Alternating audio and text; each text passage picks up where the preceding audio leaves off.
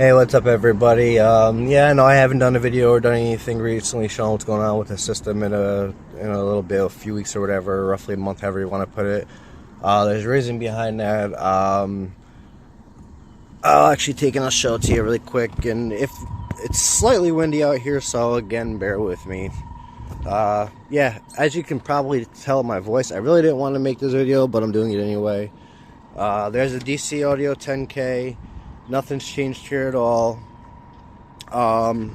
What I actually am going to be doing over the next probably month or so is this battery is going to be put on this side, so that way there I can take and flip the amp upright so it actually looks as it should. And I'm going to take my power cables, which are right there, and I'm actually going to extend them over the top of the trunk down to this side. So yeah, it's going to be flipped around. But where things changed is while I was doing the testing and tuning on the amp, I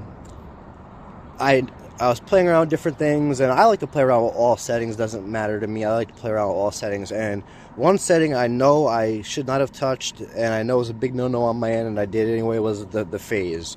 That being said, let's go directly to the back of the car. And this is where things kind of get interesting. Is I was playing around with the phase adjustment on the system, and I had the subs flexing quite insane, honestly. I actually had the surround starting to ripple, which was telling me I was maxing out the subs on the X Max, I should say, which X Max, one way, your X Max reading, you got to times that by 2 for both directions. Say you have an X Max of 22 millimeters or whatever, however it's measured like that. I forgot if it was millimeters, centimeters, whatever, but say it's like 22 millimeters. That's one direction. That's one direction, rather the sub's coming out or going in. So you double that out for the full excursion, rather it's coming out or going in. That's neither here nor there. Anyway, what I did is when I was playing around with the phase adjustment, which again, like I said, it's on me, it's whatever. It's a setting I know what the phase adjustment does. I wanted to play around with it. I did, and it's whatever. Needless to say, what happened is when I was pushing the subs and I was getting close to max out, I pushed the system even harder. And what kind of sucks now, but it doesn't, because I'm in the process of getting it taken care of, is I actually took in the tinsel lead on this sub. I'm almost positive the tinsel lead, I actually broke it. So they're dual voice coil subs. So needless to say, the system is hurting a little bit. I'm running on 3 out of 4 voice coils. I don't know if I'm going to be able to get it here on the audio, but if I actually take, you can actually hear it.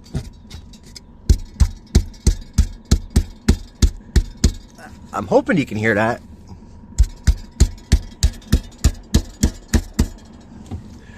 Either or, I believe it's a tinsel lead. To be honest with you, I don't know 100% what it is. Do I care what it is? Honestly, no, because these subwoofers are getting replaced.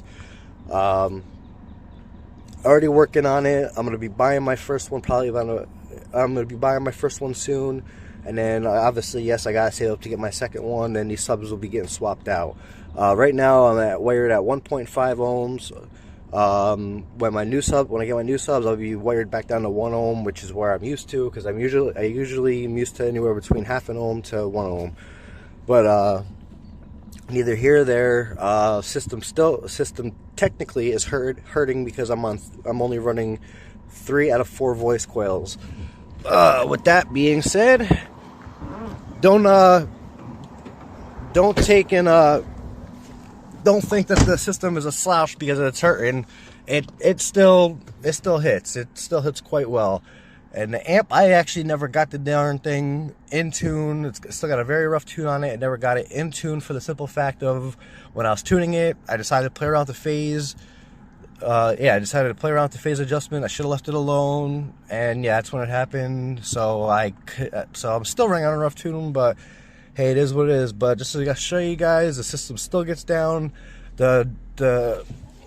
That sub there, it hits, but it doesn't hit as hard. So more needless to say, that sub is doing half of the work as that sub. So that sub's actually seeing more power, because obviously if the power is not going to that sub because of the tinsel lead or whatever it is, if it's only running on 1 voice coil, the power from the voice coil that's not working is going to that sub.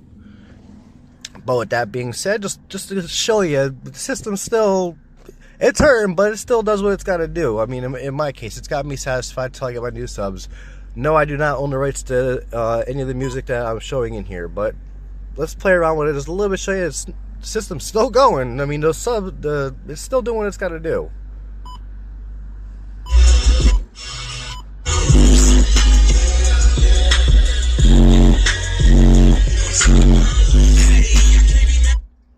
I get something a little bit better on bass. Never fear no man, never trust anybody, never say you can't, never, no, never give up, never hold your head down, never fear no man, never trust anybody, never say you can't, no, never. Mama said never be a quitter, never since I was young, never been in my room, so it never make you a bum, never my only son, she said never beg you for crumbs, and never find out you slipping, and never might be a gun, never think suicide, never steal, never lie, never try to think you gon' survive, never think smart, sit